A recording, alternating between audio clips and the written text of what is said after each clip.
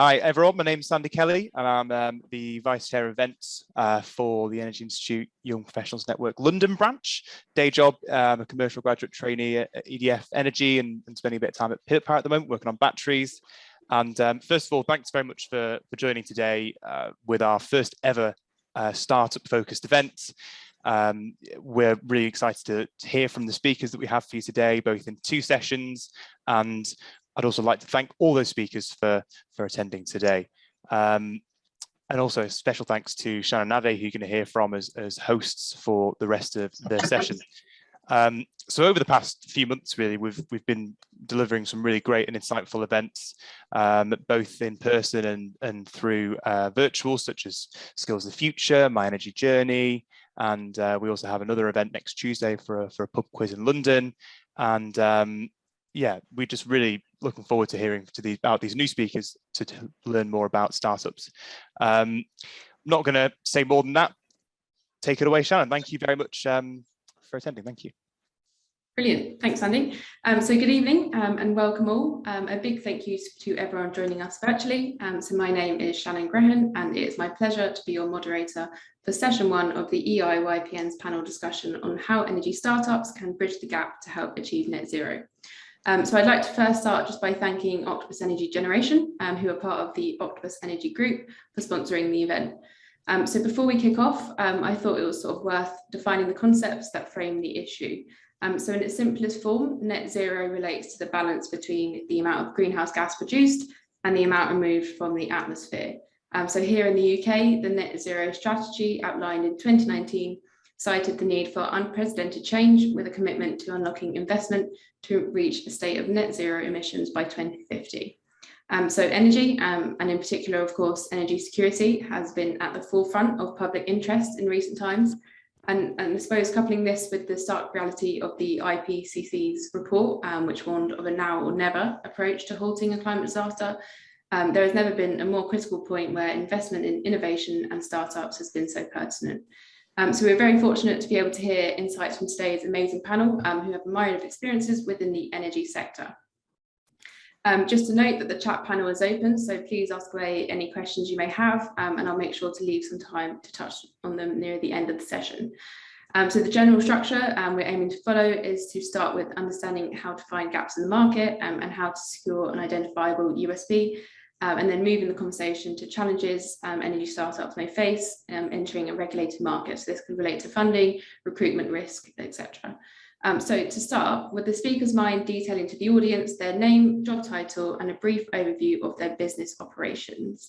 Vidal, you're at the top of my screen. Would you like to start with that?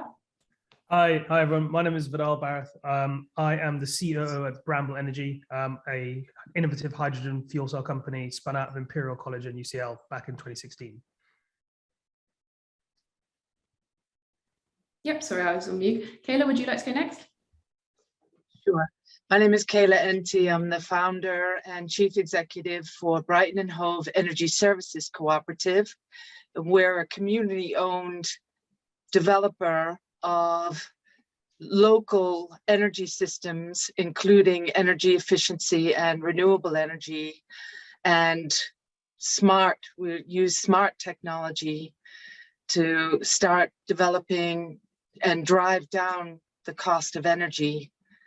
So we do it in a cooperative model, and we're trying to develop scale now.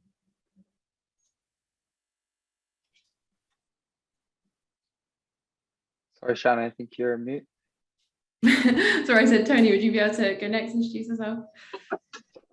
Yeah, hi, good evening. So my name is Tony Griffiths. So I'm the co-founder and CEO of an early stage startup called Olwg. That's a Welsh word. So what we do, we're a digital web application developer, really focused on modeling competing energy transition pathways. So it's really all about helping organizations make really good decisions about clean energy pathways. Brilliant. And Sabrina, would you be able to go next? Good afternoon, everyone. I'm Sabrina Malpede. co-founder, managing director of Act Blade Limited. We develop a new type of wind turbine blade. So the innovation is that our blade is made of an internal composite structure and covered by textile. So that's the textile we use to cover the blade. And we have already done an operating test. So we actually ran for 6 months 3 blades made with our technology, and we are hoping to enter the market next year with a first application and having an early adopter too. Brilliant. And last but not least, Eduardo, would you be able to introduce yourself? Sure. Hey everyone, I'm Eduardo. I'm one of the co-founders and chief design officer at Emitwise. Essentially what we do is we build software to help companies measure and reduce their carbon footprint. We're automating a lot of the time-intensive processes that mean that companies really struggle today to have oversight and insight into where their emissions lie and how they can reduce them. But fundamentally, we believe, over the next 10, 20 years, the world is going to have to decarbonize, and we want to be that data layer to help that decarbonization. Brilliant. Great. Thank you all for your introductions. So we'll just head straight into the discussion. So a challenge that all startups face, and obviously not just limited to energy, is sort of finding that gap in the market. And I suppose, for the want of a better word, just finding your relevance. So I read previously that a total of 137,000 businesses are launched every day, so daily total. And I thought at this point it would just be quite interesting just to hear from the panel to touch on sort of how they navigated finding that gap in the market and how they sort of solidified their USP. Is there anyone that would like to start answering that question? Sure. I can start. Okay, go ahead. Go ahead, Eduardo. Well, I was just gonna say, I think so. One of the first things that we did before we built anything was just talk to people, try to understand what the problems are. Lots and lots of questions. So, yeah, I mean, I built this LinkedIn automation campaign that just reached out to, hundreds, if not thousands, of sustainability professionals within the UK. And I asked if they were willing to jump on a 15-20 minute call, just so I could ask a few questions and understand what was it that was making their jobs difficult. And, luckily, sustainability professionals tend to be very nice and friendly and charitable and said, hey, sure, I'll jump on a call and help out. And after, I'd say the first 10, 15 calls, it just became very clear, the same themes kept on coming up and up and up again.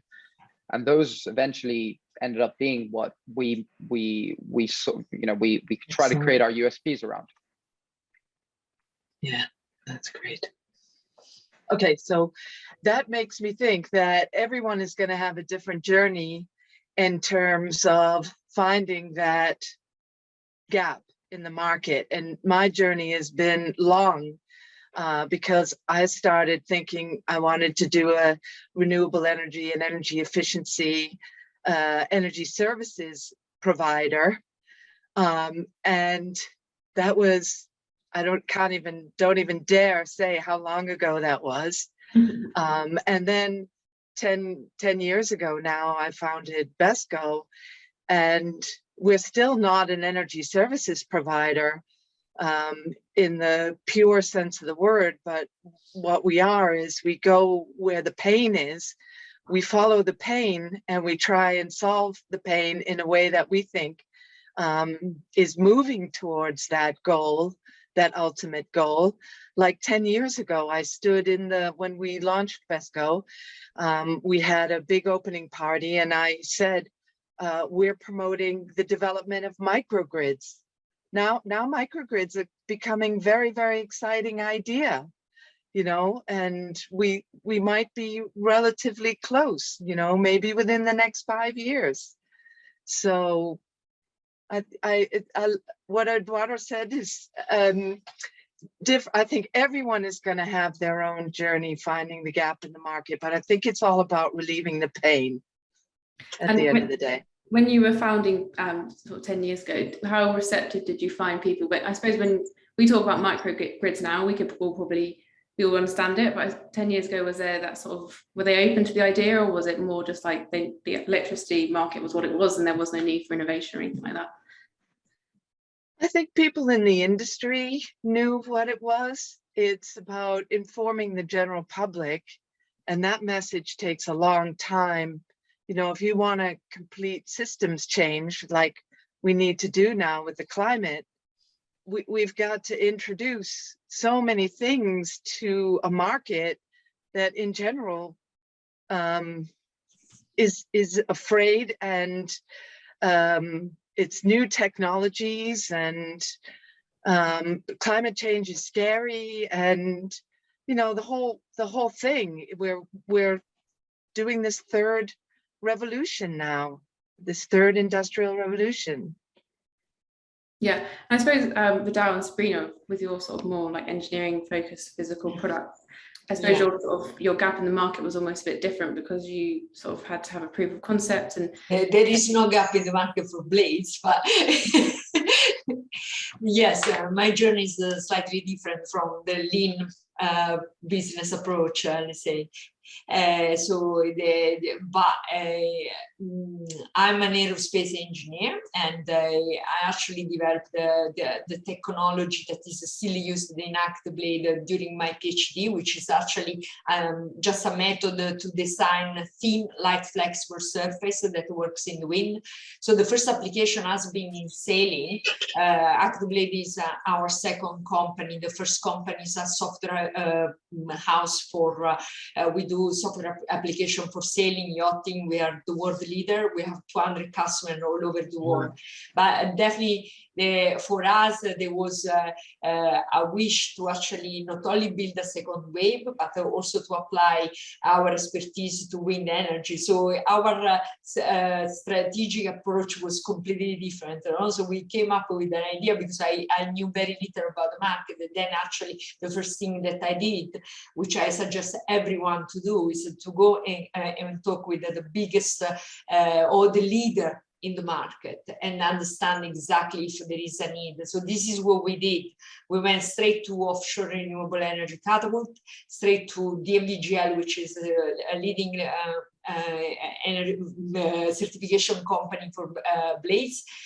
We said, look, this is our idea. Is it very, very crazy? And they said, no, this is exactly what the market wants. And actually, the catapults, and this is another suggestion, I really abused of the catapult system here in UK.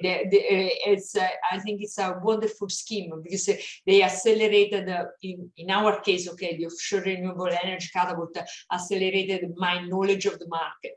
So having data, understanding exactly the sizes, the work to do, and actually we engaged with a feasibility study. So that, let's say the journey has been different, but definitely it's because what we, our idea was matching the requirements. About it was a very structured strategic thinking about saying, okay, lightweight manufacturing, a lightweight composite, textile, and wind. And so that's, so it seems like an idea, but we were thinking for a long time. I suppose you were sort of building on experiences that you sort of picked up, as you mentioned, when you were the sailing that you did in your career. Yes, so in the sailing, we were working for the America's Cup, the British America's Cup team at the time. And the America's Cup is the most important sailing race in the world. So they were using a wing very similar to a wing of an airplane, and we said, okay, well, we don't actually do a blade, a wind turbine blade like the wing. So we came up with this idea, and as I said, the first thing that I did is just to go and speak with the most important people. I sent a couple of mails until I got the meeting, but then they said, oh, that's the industry is looking for sustainable wind turbine blades, because wind turbines are 90% recyclable, but the blades are 0% recyclable at the moment. So everything else can actually be recycled because there is a lot of mechanics, metals, but not the blades. So blades is really the pain, but are also the engine of wind turbines, because it's what they produce energy, they rotate, so it's the most and the other very important point about blades, that whereas everything else in the turbine is used in another industry, so let's say the gear, everything else is very well developed, because there are so many industries developing the same thing, and it's applied to wind turbine blades, to wind turbines. Blades are only used for wind turbines, so it's and for the last 20 years, everyone has done blades in the same way. So we are the future. Our goal is to do a blade for net zero future, and we really believe in it. There are a lot of the other very important points about our blades. I'll stop here. But it's the ability to actually enable a fast development of wind energy, because they can be produced quicker than others, which is also important. So I suppose from what you mentioned, it was sort of a mixture of experience and then obviously then customer research, and that you sort of emailed lots of different people to see if the idea would sort of take off. Vidal, would you be able to go through sort of how you kind of came to the printed circuit board fuel cell that you now produce? Yeah, absolutely. It's actually a bit of a mix from everyone's bag, and everyone's journey is going to be different, but I guess they'll have combinations of different things. And I really liked what Kayla said, because it's exactly something that we say at Bramble, which is solve a pain point, right?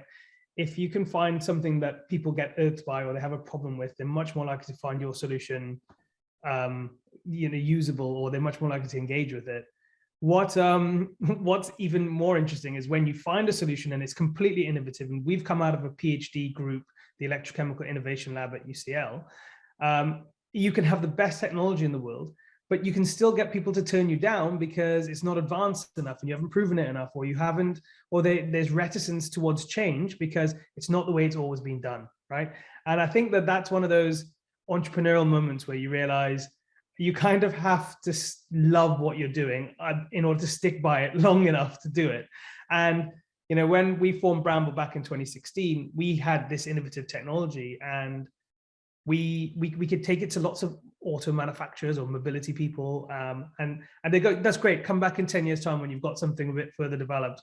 When we know that their pain point is being solved by our technology, it's about us understanding how do we demonstrate that the pain point is solved for different people in different markets, and just getting as much feedback as you can to try and get that to that point of, here is a fait accompli of a solution for you, or at least those steps towards what they're looking for in terms of pain points. Quite often, I think people find the pain points, they know what their pain points are, but they don't know that the solution that you potentially have is the one that they're looking for. And it's been a journey. And I think it's, as I said at the top, it's something that everyone has to sort of stick by in order to try and make sure that they get their solution in front of the right people. That's why I think the evidence, the milestones, that data to show that your solution is solving and has solved, these pain points already for other customers, is so important to keep things going and keep it growing. And remember, a lot of people are afraid of change, right? A lot of big companies who are the people whose pain points you're solving have invested millions and billions into solving it a different way. So for you to walk them around to your idea is a really tricky piece of work. And it's really important that you understand their problem before you really go start screaming about what you did. I mean, it's one of the things that we found, like companies many companies still do, calculate their carbon footprint using these massive spreadsheets. They've got internal teams, lots of people that they've hired to calculate their emissions using these big spreadsheets. Obviously, it goes without saying there's massive issues with that, not least of which you could type in the wrong number and it can have severe consequences, right? But they invested a lot of money into creating that system, into creating that team around that system. So absolutely, we've had some challenges to show them, to get them to sort of think about the future. How could things be better? How could why is the solution, not just 2x better, but 10x better than what they have today? I saw a quote before, it was along the lines of like, no one wants to admit that their baby is ugly. And similar with those sort of teams, that no one wants to admit that they've invested all this money into a solution, and then someone's come along and is doing it better than them. That happens all the Another time. very important syndrome, the not invented here syndrome. I'm sure that everyone has found. And then they won't sort of acknowledge it. Yeah. Their idea. Right, yeah. Tony, did you want to sort of pick up on any sort of how you sort of found the gap in the market and your USP? Yeah, sure. Yeah, I can share our story. I guess we've come from it a little bit back to front. So I don't know whether it's the wrong way around. Maybe some people consider it the right way around. So we started off. We spent the first year of our existence really trying to work out what we're doing, as in, you know, what is our solution. So what specifically are we trying to make, and what can we offer to which customers? So I'll say that maybe sound the wrong way around. So we started off with this big problem that I saw, right? And this is what we're trying to address. So the problem that I see in all the energy transition debate and discussion is that a lot of the decision making is really slow. It's sometimes it's quite expensive, I think, for decision makers quite often to find information or to get the right information, or to kind of mold it into a way where they can take a decision. Quite often decisions are biased. So a lot of the discussion on which technologies are good, there's some quite powerful commercial interests at play. And it just felt like everything's really slow, very expensive. Access to tools and information wasn't really there. And we started off with thinking, well, what can we do? What can I do with my background as a chemical engineer and somebody that's worked in energy projects for over 20 years? What can we do to help organizations avoid these kind of project blunders and find some shortcuts to get to the right answer really quickly? So what I see with energy transition, I think there's lots of really good discussion. You looked on LinkedIn and Twitter about hydrogen, carbon capture, intermittent renewables and batteries and all that kind of stuff. And there's a huge amount of information out there. There's lots and lots of open source information, but it's all buried in these 400-page reports, millions of charts and lots of enormous spreadsheets. And what we've spent the last 18 months doing is really trying to come up with an antidote for that. So yeah, I guess that's a long-winded way to say, rather than start with a solution looking for a problem, I think I know what the problem is, and there don't seem to be that many solutions in the marketplace or any at all that are affordable, and we're trying to come up with something that we can make accessible to I think quite a lot of different customer types. So whether that's government organizations, that maybe don't have, lots of engineers and lots of analysts, local councils, community energy groups, individual consultants, even your engineering EPCs, how can we make something that people can access at an affordable price and screen different kind of projects really, really quickly? So that's what we're doing. So we built some prototypes last year. So we're lucky enough to get on a climate innovation program, which was run by Imperial College and the Royal Institution. So that's called the Greenhouse. So we went through that last year, and that really helped us to work out, I think, who our customer for this could be. We've got a small amount. Kind of like an accelerator then, Tony? More an incubator. So it's a really early stage. We were just kind of in the first 6 months of our existence, because we only started up in mid-2020. So we started up during COVID. Yeah. So its own problems, which I suppose we can touch on a bit later as well. Yeah, that as well. So I think that helped us to incubate some of the early ideas that we had on putting mathematical frameworks around life cycle economics and stochastic simulation you know, and building in knowledge about how projects are really done, kind of building this into computer code and web applications in a way where people can actually interact with this.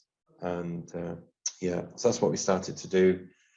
And I'd say that in the last 6 months, so we've now started to get some quite nice traction with organisations such as the Crown Estate, with BEIS, with some social enterprise organisations in Wales who are doing hydrogen projects. And what we're really trying to do is help them understand, you know, from the constraints and the goals that they have as an organisation, you know, whether that's best use of capital, whether that's, you know, meaningful decarbonisation impact, whether that's speed of delivery of a project. What are those project options that really give them the best result? Yeah, so that's where we are. And I think over the last few months as well, I think our you know, not just our product is becoming a little bit more specific about what we're doing, but even our marketing, you know, our website is now clearer than it was 6 months ago, and what we're doing and who we're targeting is starting to become clearer. So I'd say, yeah, we started off in a very fuzzy way, you know, very specific about what the problem is, but what we can add, you know, a value proposition has become less fuzzy, and it's becoming a bit more focused. I think we've still got quite a lot of work to do, but we're on that journey now. I suppose as one of the earliest startups that are featuring on this panel discussion, it sort of makes sense that you're sort of still in that, well, you're moving beyond the proof of concept. Obviously, you have your you've now got a more structured idea of sort of what your business operations and your core focus is. And then just feeding on from the statistic that I mentioned earlier about 137,000 businesses being incorporated daily. I suppose this obviously, as I mentioned, is not all energy focused, but I suppose within recent times, in line with sort of net zero commitments and pledges towards declaring a climate emergency, and there has been an increase in sort of energy, sustainability and sort of ESG focused businesses. So the question that I wanted to pose was just sort of how do you navigate this sort of competition, and have you seen sort of startups spring up around a similar time, or since you have launched? Is it a good way to sort of benchmark your success, or is it a good way to sort of improvise and adapt? Is there anyone that wanted to pick up on that question? Was it not a very good question? I can start actually. So yes, probably we have the biggest competition. Actually, the competition does not come from other startups, but we are competing with the biggest organization. So that's because we are developing the engine of a wind turbine. The accreditation of our product is very important. So the biggest competition we have is actually almost an intangible one, which is the adoption path from the industry. And the track record. So how do we build the track record rather than being comparable with other products? So that's it is so novel, our technology, that the competition is actually how we make sure that is it going to be accepted. So it's more like we are on the journey to educate the market, and as well as making sure that the risk of adopting the blade is lower. So that has been driving actually the way we have developed our go-to-market strategy and the rest. So it's an intangible competition we are working with. Runa, you also mentioned in the speaker session as well, I suppose they're not necessarily your competition, but you said with O&M managers that often it's trying to convince them, and similar to what sort of Fidel picked up on earlier, that just trying to really prove your concept. And I suppose, yeah, that kind of feeds into how you kind of navigate sort of their feedback and sort of, the competition of sort of the standardized wind turbine blade manufacturers. Yeah, we are very lucky because one of our investors is an OEM, and actually we have already a very big early adopter, like an energy company, Enel Green Power. So we only today, I mean, them in 3 different meetings. So and yeah, that has been a lesson learned with the first business. The first thing that everyone has to do, whatever they do, is actually having an early adopter, because if you have a customer, you know exactly what to do, and so instead of spending energy in developing feature A, you have to put energy in feature B. So that's definitely has helped us, and hopefully this is the only way that we can develop faster, but actually hopefully getting the right adoption, because we through this process we are educating the future customer and the end customer, because we will sell blades to a wind turbine manufacturer, and then they will sell to obviously an energy company or other. So that's this is what our strategy, what we have implemented. To us it works, and I share my experience because I think it could work for everyone. So I suppose for you, it's tough. It's about making sure that you can listen to criticism, and that saves a lot of money, a lot of time when you are in decision-making process, and very little amount of information. Yeah, I suppose that's a good point, sort of listening to feedback, both positive and negative. Kayla, you have your hand up there. Did you want to? Eduardo did before I did, actually.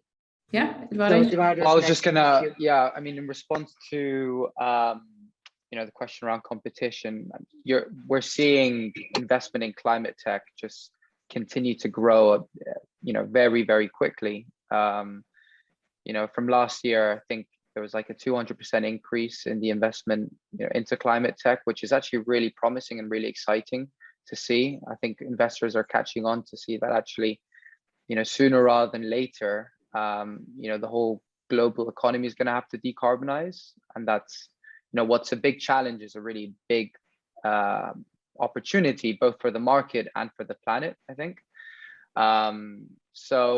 So of course, you know, a lot of investment, a lot of attention is in climate recently, which means that you know, other entrepreneurs just like us are looking at this, are looking at what they can do. So yeah, sure, you know, there's been you know, definitely more competitors over the last few years within the carbon accounting space, you know, within other spaces as well. I think it's about really trying to understand. This is kind of, you know, brings me to one of the questions that was answered in the Q&A, or asked in the Q&A, around sort of one of the most difficult learnings, which is focus is king. You know, you really, and it's really painful to do, to really cut out things and say no to things.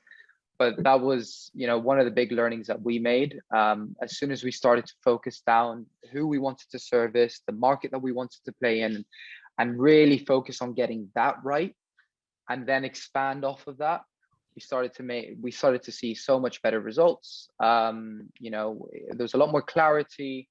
And so I think, you know, I think that's in a more crowded space also with more competitors, you know, picking the right sort of beachhead that differentiates you against those competitors, and helps you win that market in the long term, you know, expand, is really, really important. That's really insightful. Kayla, did you want to pick up from that? Yeah, please. Yes. Again, I'm coming out with a different perspective on competition, because I don't believe there's any competition with the climate crisis. I think that we all have our roles to play in this energy transition, and maybe we do things slightly differently. Maybe there are things we do the same, but we should be complementing each other and really working hard to bring all hands on deck in cases of the climate emergency. So I would say, you know, for my energy services model that I haven't been able to roll out yet, but it's actually an idea that's been around for about 30 years. And the idea is really about providing energy as a service, which is to care for your customers, to make sure that you can provide affordable energy, that nobody is dying from the cold in the 5th wealthiest nation in the world, and that we're looking after our climate. I mean, these things are fundamental. And fundamental, I think, to the 3rd industrial revolution, which is a time when we use our knowledge and technology to really create, you know, a world that we're going to thrive in and survive, you know.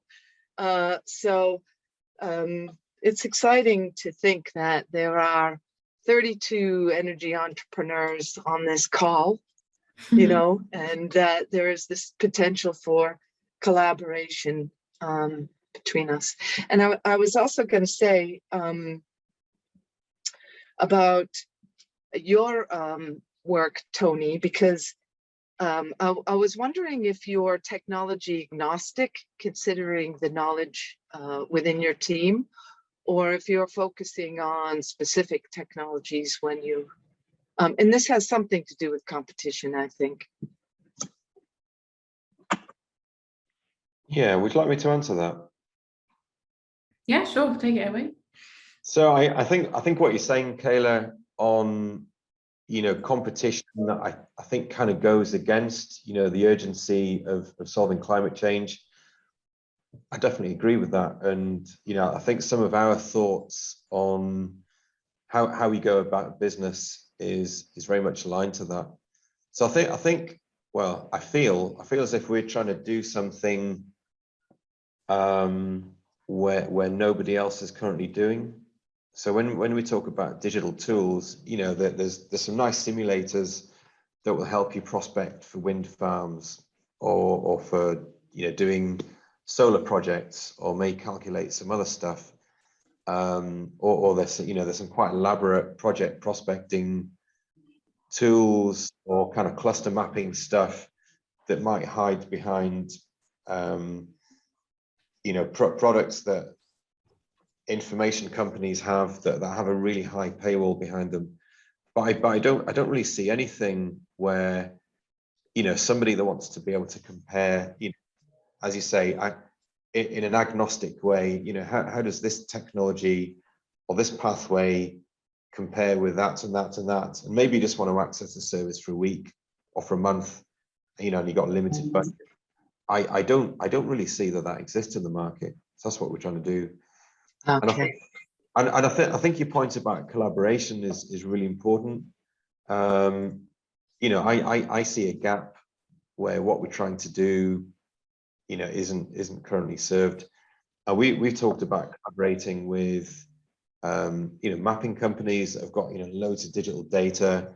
We've talked to them about, you know, how can we get together, possibly using their data, our, you know, kind of visualization techniques and our, you know, decision support techniques to really build this stuff quickly, you know, get it out to market rather than take a long time to do it by ourselves, you know, join forces and have some impact out there. And we've also been taught, I don't know whether you've heard of Icebreaker One, whether you've come across those. So these guys, they're coming up with an open source data framework for energy data. So they're trying to develop this within the industry. So again, you know, we're talking to these guys about how can we support them? How can they support us? We're talking with the local council about, you know, how can we support each other? And, you know, rather than seeing things in this world of competition, how can we flip that on its head and you know, turn it into, you know, an opportunity of collaboration? It's really important. You know, urgency is so important at the moment. Yeah, I think, yeah, with Kayla, your point on how you see competition as positive, I know sort of within Octopus, which is where I work, that they're really keen for competition because it means that it inspires innovation, and it means that companies are pushed to be the best that they can be. Because if there was no competition, then it would be a monopoly, and that's not what people want. Vidal, you also have your hand up. If you wanted to, did you have any thoughts on the competition as well? Yeah, I mean, I'm kind of glad I was the last one to speak on this, because the point I was going to make was sort of sub-made by lots of people. And I think that is, Eduardo said it perfectly. It's about refining your idea, right? So there is lots of things, all these entrepreneurs included, and I can only really speak for my own self, is that we make a fuel cell. Lots of people make fuel cells, lots of people make car engines, lots of people make diesel engines, etc. But how that gets refined into the markets that you're trying to aim at is really important, and it's that laser focus on, and Eduardo's absolutely right. It's really difficult to say we can do this or this, but we're going to scrap this one because we're going to be better at this one because this could also be awesome, right? That laser focus helps you to define the areas you're working in, and that sort of reduces the amount of competition you're against because there are fewer people in that specific area. But more importantly, exactly what Kayla said, we are desperate for all kinds of net zero transition type technologies. That doesn't, whether you've got 5 search engines or whether you've got 20 fuel cell manufacturers, it doesn't matter. We're all trying to solve the same problem, and the faster we can all work together or even against each other in that competition sphere, the quicker we're going to get there. But you know, I come from an industry that is always against, is it going to be fuel cells or batteries that wins the race against, you know, this, I'm sure most people who might not even be involved in this conversation will know that analogy. And it's nothing to do with that. It's about how you work together with fuel cells and batteries to give you the best hybrid solution that ultimately is going to give us an overall better solution for our world and lots of different applications. And I think competition is really important in doing that. But it's competition and collaboration for me. I suppose on the idea of sort of pitting technologies against each other, it's similar with like solar and wind versus sort of nuclear. And there's always seems to be a competition when it should just be that focus on the same goal. Why don't we have all of them, right? Why don't we have all of them? We have quite an uphill battle to face in trying to fight the climate change ahead of us. We can use all of those. Yeah, not picky. Eduardo, you had your hand up, but I think it's gone now. Yeah, I mean, I just wanted to kind of expand on collaboration. To be super clear, I think collaboration is going to be absolutely essential. And EmitWise's whole vision is based around collaboration on 2 main spheres. Like, number one, in order to calculate your supply chain emissions, you can't do that by yourself as a company. You need to work with your suppliers. You need to engage with your suppliers. You need to go on that journey together. You know, most of companies' carbon emissions are in their scope 3, which is sort of their value chain. You know, 70%, even higher in many companies. And so there's no net zero if you don't engage with your supply chain and decarbonize together. So that's point number one, absolutely essential. And point number two, I get really excited about a world where EmitWise, you know, can both help companies understand their emissions, but also help connect and create a platform for other solution providers that are specialists in certain areas, certain decarbonization technologies, whatever that might be, connecting those solutions with the companies looking for them, and being, as I said at the start, that platform, that data layer to show kind of this is the solution that you might want. This is the impact it could have on your carbon footprint. You know, we're not going to create those solutions, right? But if we can connect them together, I think, you know, as I say, I'm really excited about that prospect. So one of the questions that I thought of was sort of like unpacking the title of the session of how startups can bridge the gap, and it almost kind of put startups in that they are sort of a player in it, but they won't overall solve the problem. But it'd be kind of interesting to hear, I suppose we've touched on it a bit, but on what you think in terms of whether it's startups will be the bridges, or will they be sort of the market leaders and just completely disrupting sort of business as usual and just sort of bypassing their larger sort of multinational alternatives and sort of reaching net zero?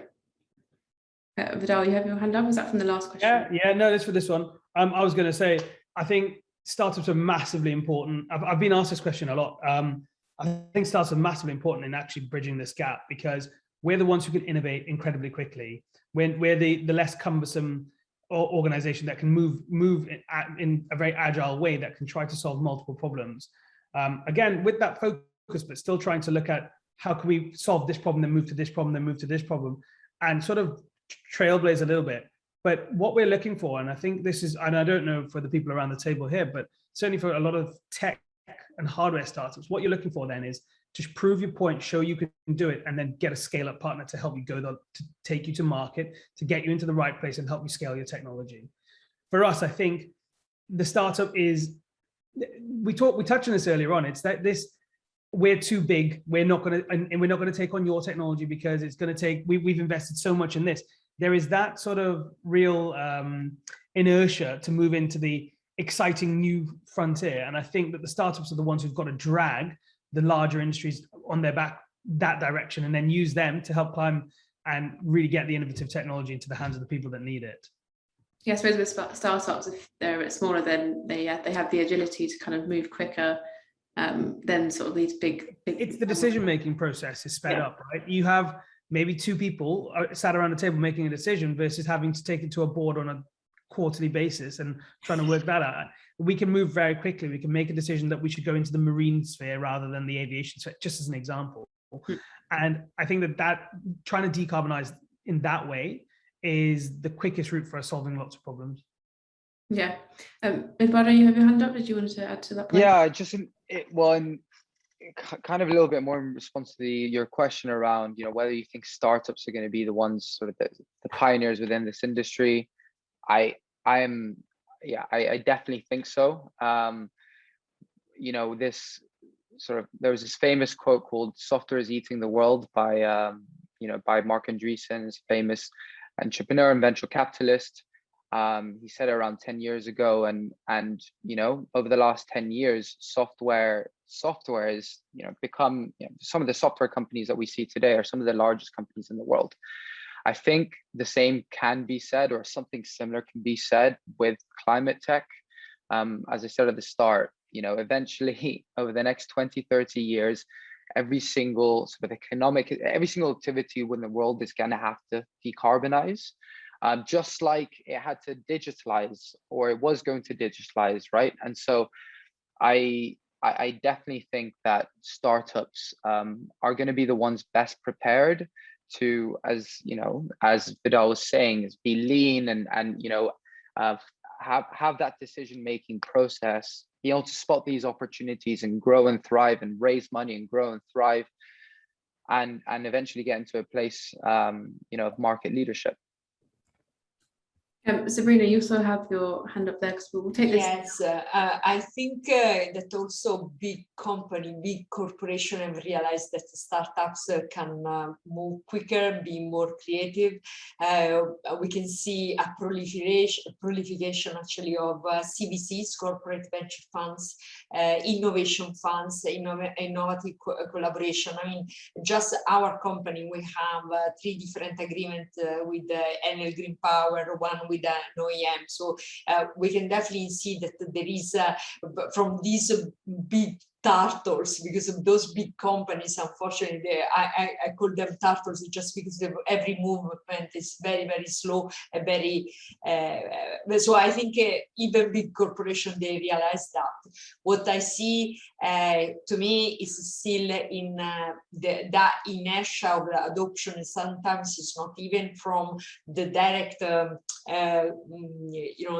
direct buyer, but it could be more inside the market, the regulation, and the policies. So I think there should be a lot of other things that could also enable the adoption of startup ideas, and actually enable also the collaboration between startups by just easing some of the regulation and making more easier also for a bigger corporation to start using new technology on specific pilot products.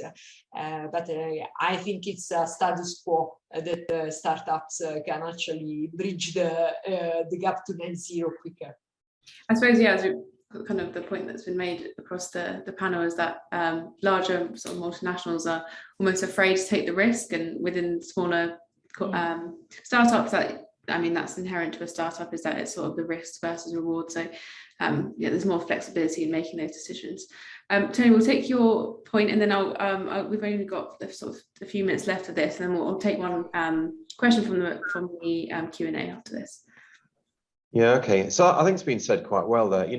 Big companies are good at doing the big things, but as companies get bigger, they do become cumbersome, and decision making takes forever. Even trying to get a purchase order to do anything is can be quite painful. And then, the reverse of that is true for small startups. So that's just organizational stuff.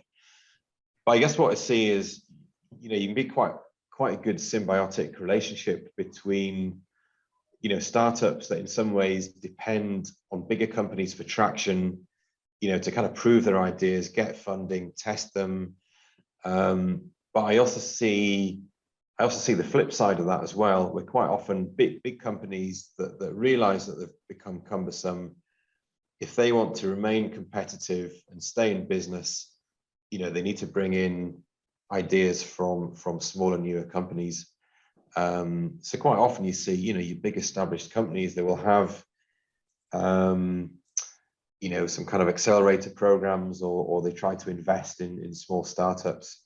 So I think there's an opportunity there for both to coexist quite nicely.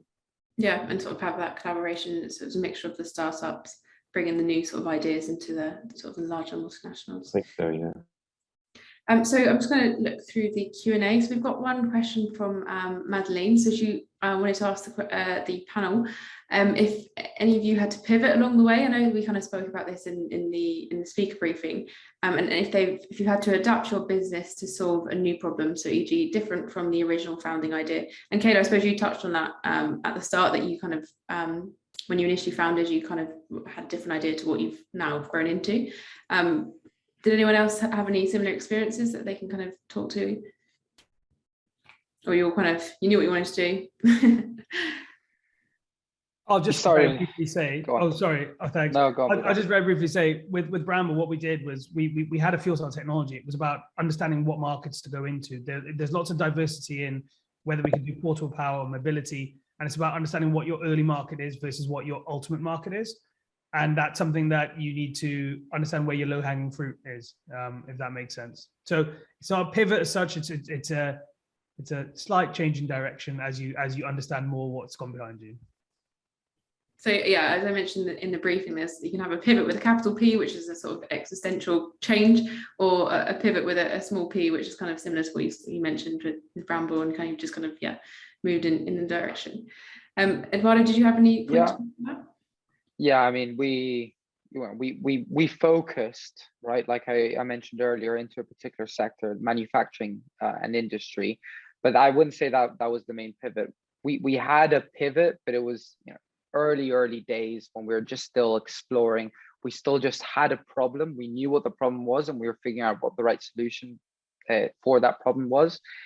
And we had this thesis that actually, we recognized that companies didn't have much visibility over their carbon footprint. It was really hard to get a real-time understanding over their emissions, an accurate understanding of their emissions.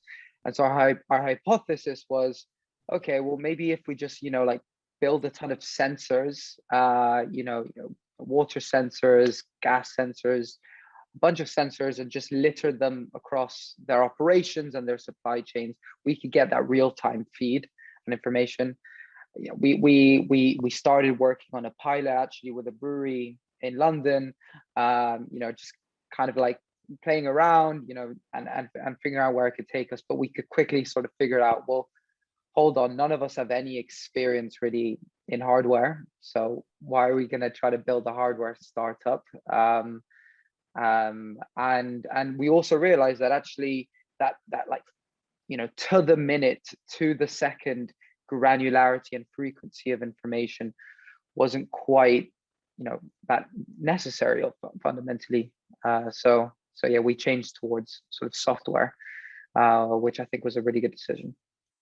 And is your the co-founders of the background in sort of IT and software versus? Yeah, the three of us used to work for other software tech companies.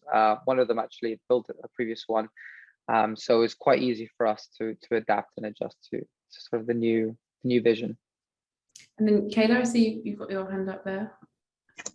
Yeah, quickly, because there's not much time left, but I wanted to say, when you're establishing your track record and you've got to build these case studies for customers, you might have to give things away. And so in the beginning, plus we didn't know really how to price our service and everything. So we lost money in the beginning. So we had to do a pivot with a small p.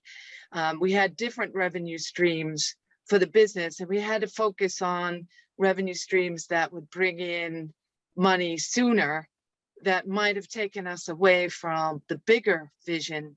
But sometimes you've got to change things to keep the business going.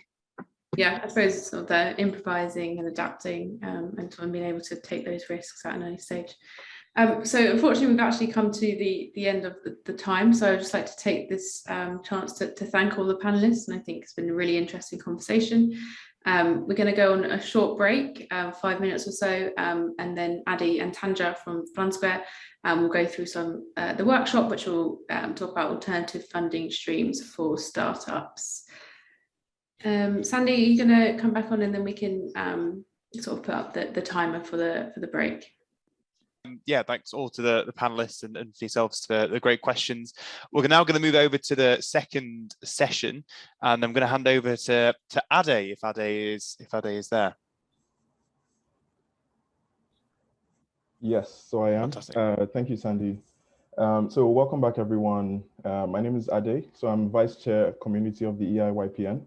We would like to thank our amazing panel of speakers for the first session, and also Shannon for that very insightful and really informative first session. The solutions being developed by our founders are really incredibly crucial in bridging the net zero gap. So we're going to move into session 2 now, which is our presentation, aka the money segment, on startup financing and how to secure finance for energy startups. Without further ado, I would like to introduce our speaker for the session, Tanja Boschnak from FundSquare UK. So FundSquare is a global startup and scale up funding network with strong presence in Australia, UK, and Canada. And they provide funding support to entrepreneurs across several industries, such as manufacturing, renewables and clean tech, med tech, and biotech. As before, feel free to send in your questions using the Q&A function on Zoom. And you could always email us following the event. So the floor is yours, Sanja. Take it away. Thank you very much, Ade, and thanks again for having me speak at this very exciting event. I think it's a very good discussion in the workshop just before. And hello to everyone. My name is Tanja Boschnak, and I am a partnership manager here at FundSquare. And today I'm going to talk about funding for startups that Ade already alluded to. And yeah, feel free to ask any questions as I go. I'm just wondering, is the presentation, can we get it up or? Yes, one second. I'll load that up in a second. Thank you.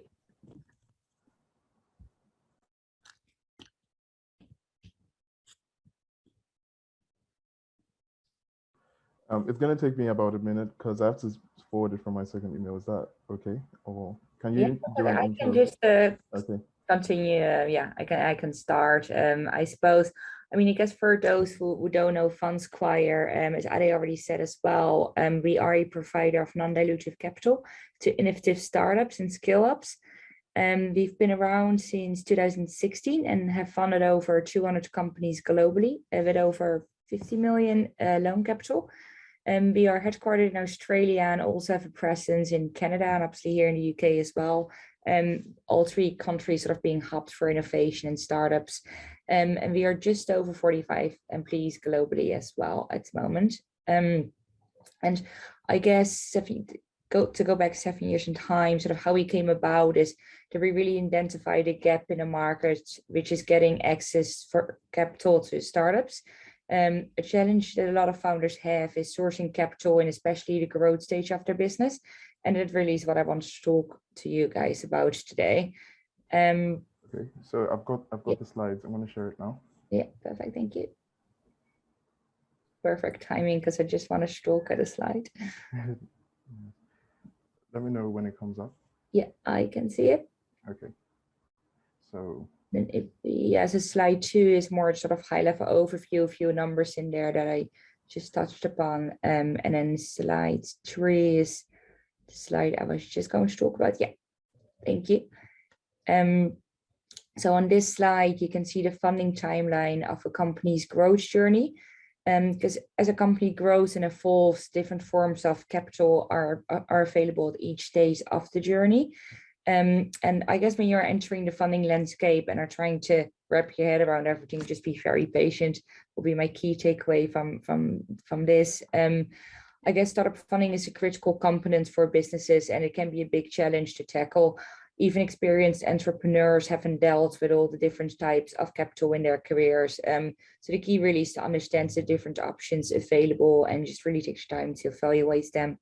So if you look at the slide, the funding timeline of a business, the first stage of funding is what's known as pre-seed funding.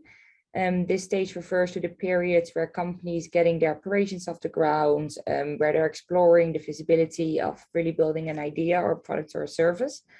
And the most common pre-seed funding is bootstrapping, which basically means that the funding comes from the founders themselves. So when the product is built out and a bit more capital is needed, we often see that founders reach out to family or friends, or they bring in a co-founder that has some extra capital that can be then invested to sort of unlock that second stage of growth. And the second stage of growth is typically where the market testing and product development happens. This is where companies seek for seed funding from, for example, angels, or decide to do crowdfunding, and in conjunction are also utilizing government incentives such as grant and R&D tax credits, and that's where we can come in and help you fund these as well. But I will talk about that a bit later on. Once a company is all set in terms of their product development and the business model proves to be working and is operating in a scalable market, we see companies opt for Series A, where they try to reach new milestones and continue their growth. And everything beyond Series A is where companies really look to scale up and increase their market share. When companies sort of go into the Series B of funds raise, they're typically looking to build out high quality teams and outlive competitors.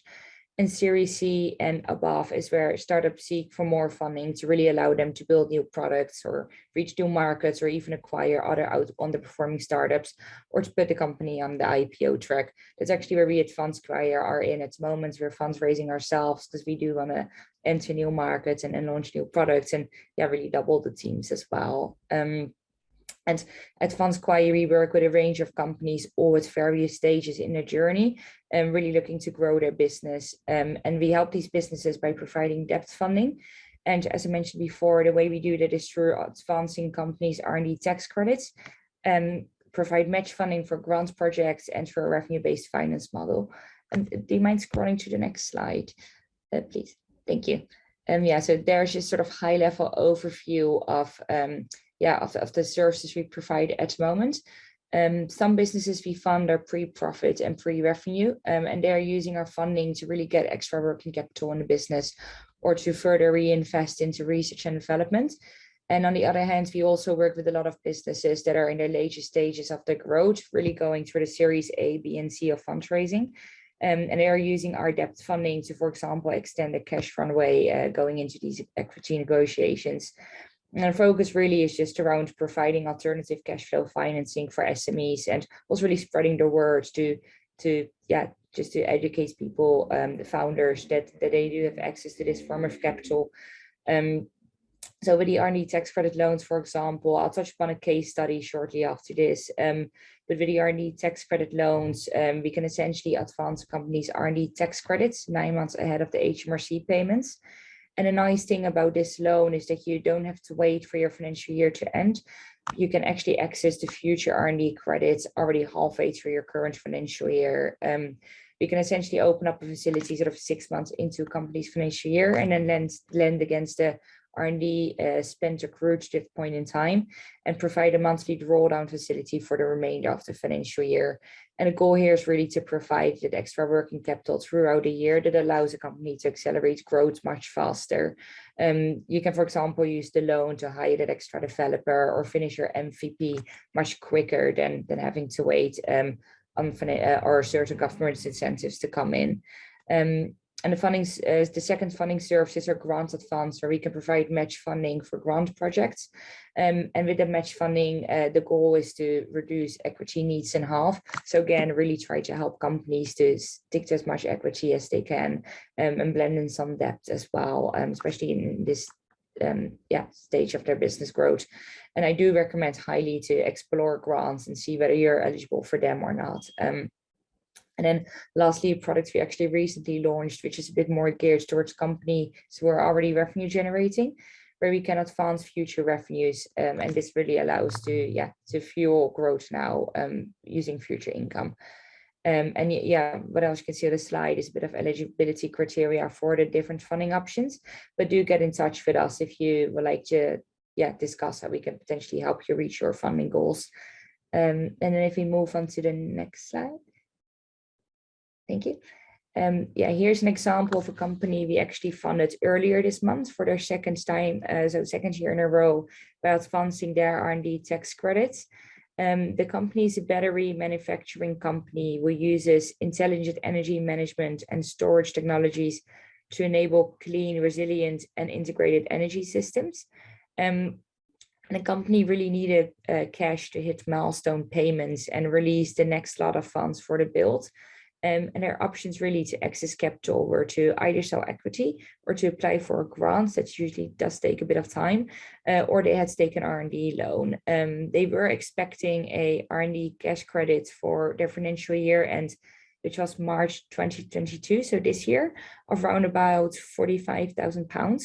And what we did is we opened the facility 6 months before their financial year, so in October last year, with an initial drawdown of £180,000.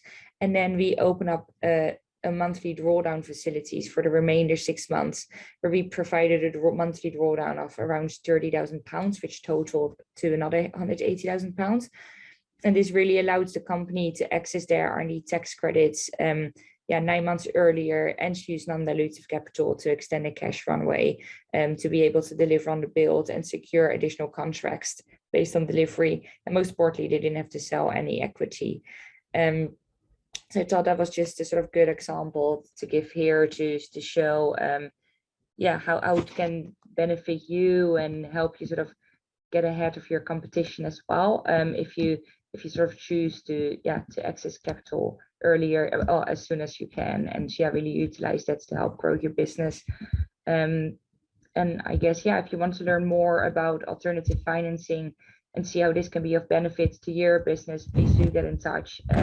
Myself and the rest of the team are always happy to have a chat and see how we can help entrepreneurs unlock the next stage of their business.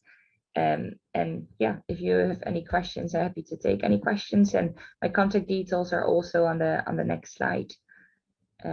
So feel free to get in touch at any time.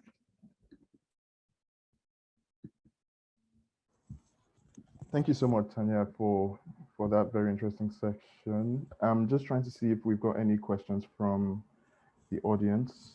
One sec. I think we got one from AK. But thank you, AK, for the question. What pitfalls do you most commonly see when startups aren't able to secure funding, e.g. aren't able to go from seed funding to Series A? I think especially that, for example, SaaS companies, if you want to secure a loan from a traditional source, like, for example, a bank, they often require security.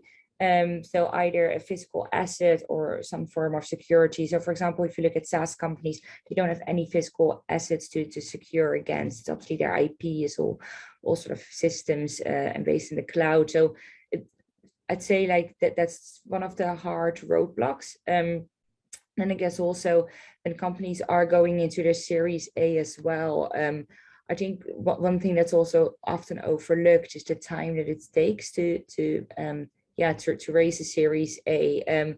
What we then often see happening, some companies that do approaches as well, when they are going through the Series A, they have for example, cash runway to, let's say September at the moment, and then they are aiming to get a fundraise done by September. But what we then often see is that a Series A always takes a bit longer, and and then it comes to a short in time to secure debt in a short time frame. I hope that was helpful. And then I think also a question on slide 2 or 3, I believe. Slide the next one. Thank you. Shed more light on the 24 hours term sheet. Yeah, so what we can do is we obviously do credit do a credits check and credits reviews when we fund companies. So we ask for a bit of information on an R&D on a company's, for example, R&D tax credit, and we also look at a company's cash flow forecast. And with that really information, we can, once we have that information, we can provide a term sheet decision with 24 hours. And I think why it's so important to highlight it as well is what I just said in my answer to the question to AK is that when it comes to, for example, raising equity or even raising debt funding from a bank or from a bank, it always takes quite a lot of time. So I think with our loan, it's quite nice to know and important to know as well that we can turn out loans in sort of 5 to 7 days. So I guess that's why I told that term sheet decision is quite important to have in there, because within 24 hours you will know whether you can get a funding or not. And we do operate with a sort of 85% funding confidence as well at term sheet. There's always obviously that bit of dropout afterwards once we carry out our credit checks. But I thought 85% is quite a sort of strong confidence number to have in, hence why I thought it might be worthwhile to put it in this slide. I can describe what a term sheet is. So term sheet is just a loan offer, really. So it outlines how much we can offer and what sort of repayment plan looks like, and then just the terms and conditions as well. So it's essentially a loan offer, a step before an official loan document. So it's just getting confidence or whether you can get funding or not from us, because we often have companies as well. They are in need for cash. For example, what we sometimes have as well is that companies need to pay payroll at the end of the month, and then they are cash flow needs, and then they do come to us and potentially to others as well. So again, just sort of making sure that they can get a decision and a process quickly in time. I guess another question: how do you find the landscape of VCs in recent history with the rise in corporate VC, especially into climate tech, energy sector? Is there more competition in the marketplace to find high value, impactful companies to fund? I don't think so. And I think especially in the innovative space, I think this year, again, the budget for R&D to provide on R&D tax credits is 2.5 billion, I believe, or 2.6 billion within the UK. And that has been growing sort of over time, year on year. And it really just shows how supportive the UK is, the government in the UK is to encourage people to start innovative companies and start innovative ideas. And the same with grants as well. So I think there's a definite increase in startups as well. So yeah, I guess it changed in the right direction. And then I'm just moving on to the next question. What stage level of revenue is a startup able to access that type of funding? So we operate a minimum loan size across all 3 products of £40,000. So with the revenue-based finance, how it works is that we can essentially lend up to 4 times a multiple of your current revenues, monthly revenues. So we start off with a 1x multiple on your last revenue month. So that sort of has to be £40,000 and plus. And what we can then really do, what's nice about the loan is that it's really geared that the proceeds of the loan go to anything that's revenue generating, with the aim to obviously increase revenues. So we can then do, if we will lend a company, let's say £40,000 today, and they spend the full £40,000 in social media marketing or anything else really, or hire a salesperson, then we will sort of look to, let's say the company repays the loan in 3 to 4 months time. Then we can look to refinance against the 1.5 or potentially 2x multiple. And that will also be against higher revenues as well. So the revenue-based finance model is really there to be able to sort of lend at much greater volumes as well for companies that are in the revenue stage.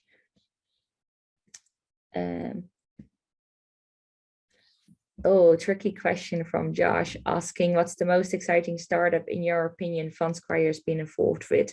Not that you have favorites. I need to be careful answering this one, I think. I think it's, I'm not sure if I'm allowed to drop the names already, but but we're currently working with a company that's in the sleep tech. So I always think it's I think it's just against personal bias. I'm quite a health freak and always interested in technologies and other sort of things that are around sort of improving health and improving sleep and all that. So I think this company is doing a really great job on bringing out a very cool sleep tech system that I think will really change the ways we can track sleep. So that will be my answer. And I think that was it, unless I've missed any questions. Oh, I think we've got one more question from Precede. Are we not worried this funding imbalance might stall acceleration of deployments for these techs? I'm not sure. It's no doubt investment technologies is increasing. Direction in which we could speak the same of startup energy service providers we're largely working to explore. I'm not sure I understand the question. Service provider,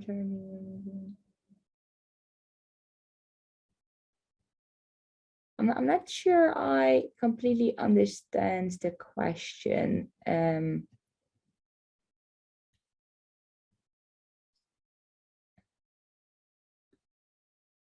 No. Sorry, it's Sandy here, and maybe to my reading, is it? Maybe is it more a question on as more and more companies come to existence and everyone's really focused on net zero, really novel and innovative solutions. Yeah, is there enough investment? Is there enough kind of liquidity and money to kind of grow all of these individual companies? I guess is maybe my reading of that question. Got it. Yeah, and I think thank you very much. I think especially when it comes to sort of debt funding, absolutely, because when it comes obviously debt funding is what happens is that the money essentially gets recycled. So we obviously give to a company and then they repay us back, and we obviously use the money that comes back to us to be reinvest it into either the company again or into a new company. So it's even I guess a better way of keeping the ecosystem going, because you're really recycling the money rather than keep investing in companies and from a more of an equity perspective. Interesting. Okay. No, thank you very much. Thank you. And I guess this may have been a question from the previous session from AK, but maybe also quite applicable to yourself. And if you could wave a magic wand and have one policy or regulation based wish come true, what would you kind of wish for in the startup and finance space? A new regulation to be implemented. Yeah. If you could turn up at the House of Commons and have a startup bill, what would be in the startup bill? Yeah, I think really I think it's a tricky one, and I don't think it will ever be implemented. But I think there's a real gap between when you want to launch a startup you need any form. I think that even the first sort of £100,000, it's really hard to access, because even with us as well, our R&D tax credit loans, in order to claim for R&D tax credits, you will need to have been spending around sort of £250,000 in a year to even be able to be eligible for that. So I think sort of, I don't know, but even if like with myself, if I would want to start a company sort of tomorrow, I guess getting access to really kickstart the company and get it off the ground, it's really tricky, and we at FundSquire are sort of trying to find a solution to that problem. We're unfortunately not there yet. So I think any sort of government support that can be done for really companies to be able to even launch their product, like little things as register a company's house or trademark your brand, like it all comes at a cost. So I think really making it more accessible for founders and entrepreneurs to launch their idea at least. That's it. Thank you very much. And there is another question as well, just in the chat. What's the typical loan tenure you offer? Yeah, so we our Our average loan tenure is around 6 months. We can, in a loan policy states, we can only lend up to 12 months. And we see our average, hence why we can only sort of start lending 6 months into a company's financial year. So it sort of allows enough time after the financial year to sort of fall within those 12 months. But our average loan size is around about 6 months. Okay, fantastic. I do have a question as well, Tanya. So for companies who are looking to establish a market directly outside the UK, so for example, directly into a new market, say in Asia or like, you know, Eastern Europe, would you still sort of support such a company, or does their primary market need to be here in the UK? Yeah, so at the moment, we can only fund companies in the UK, Canada, and Australia. They need to be registered within these 3 countries. And what we have done before is companies that are, for example, headquartered in, let's say, Ireland or anywhere else, but have a subsidiary in the UK or Canada or Australia, we can fund those companies. But they need to be registered in the UK, Australia, or Canada. We are with the fundraise we are currently going through, we are looking to enter new markets in the sort of next couple of years. So when we expand into new markets, we can hopefully fund companies in other markets as well. But at the moment, it's only across these 3 countries. Nice. Thank you. Thank you so much. I'm going to stop sharing these slides now, if that's okay. Yeah, absolutely. And also turn. Oh, you muted yourself. Yeah, apologies. Yes, so thank you so much, Tanya, for talking us through the various stages of startup evolution and the very interesting case study as well, and also for answering the very interesting questions. Once again, this has been a very super informative session, and we would like to thank each and every one of our speakers for their input and for sharing their very strong insights and knowledge.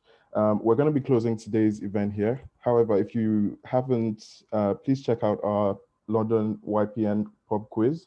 I'm going to share the flyer just one last time. Yeah, I don't know if that's coming up yet. Is that showing? Oh, okay, it's not. Yep, showing now, Ade. Okay, cool. Thank you. Yeah, so the pub quiz is happening on Tuesday, the 24th of May. So I think that's next week, Tuesday. If you wish to join us, just scan the barcode in the picture and it's going to take you straight to the registration link. It'll be nice to see you all there in person. And finally, we would like to thank each and everyone who's taken the time to join us at today's event. We hope you really enjoyed it and you've been motivated by our phenomenal speakers. We hope you have very good evenings and very good rest of the weeks, and we'll see you at the next event. Thank you so much for joining and have good evenings.